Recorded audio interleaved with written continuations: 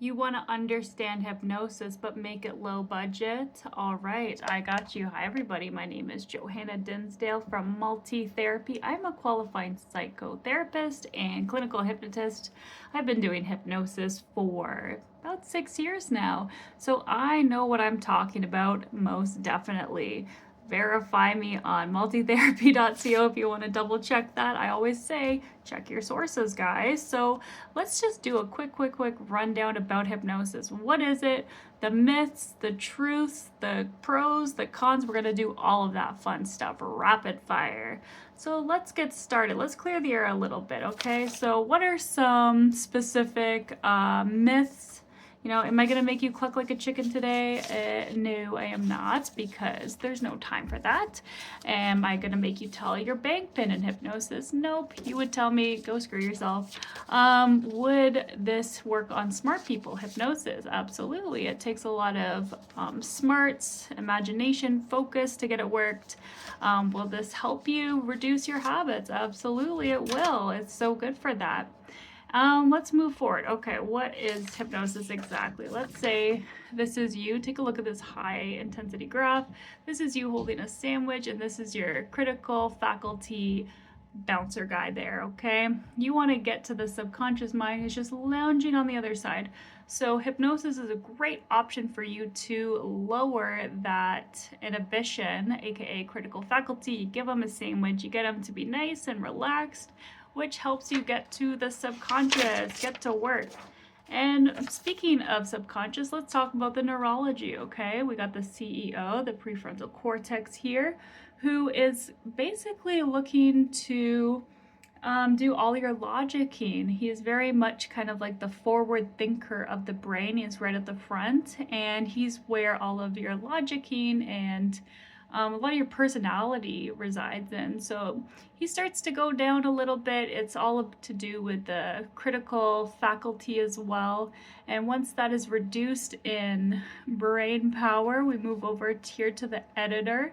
This guy kind of represents your focus. He is the anterior cingulate cortex. It's a bit of a tongue twister, guys. And this guy is your focus. So the focus goes up. It goes up. It shines nice and bright in the MRIs when they study, fMRIs when they study this stuff. And then we go over to the poet. The poet is the default mode network, and she is kind of like our narrator. You know, that little inner voice that's talking. So when it comes to hypnosis, they notice that the connection weakens between the CEO and the poet. So that's what we talk about, guys, when we mention that bouncer kind of going away, that weakens a little bit. So we're able to do a little bit of work more clearly with that poet to kind of make the changes that we want to see with our inner voice, all that positivity and whatnot.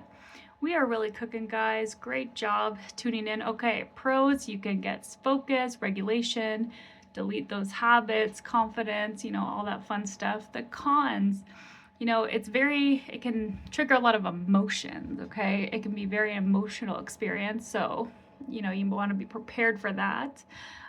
False memories. Sometimes the brain can remember things that aren't really true. So, for example, if you dive deep into hypnosis and you remember a childhood memory and that's really jarring and surprising to you, sometimes it's not a real memory. Memories are very wibbly wobbly that way, so that's good to be aware of. Sometimes people feel let down by their hypnosis experience because they're expecting it to be like magic, like they're gonna be out in outer space when it comes to hypnosis. But that's not the case. It's very much like a really nice, relaxing daydream, like the best one that you've ever had. And the fun part is the more you practice hypnosis, the better you get at it. That's right.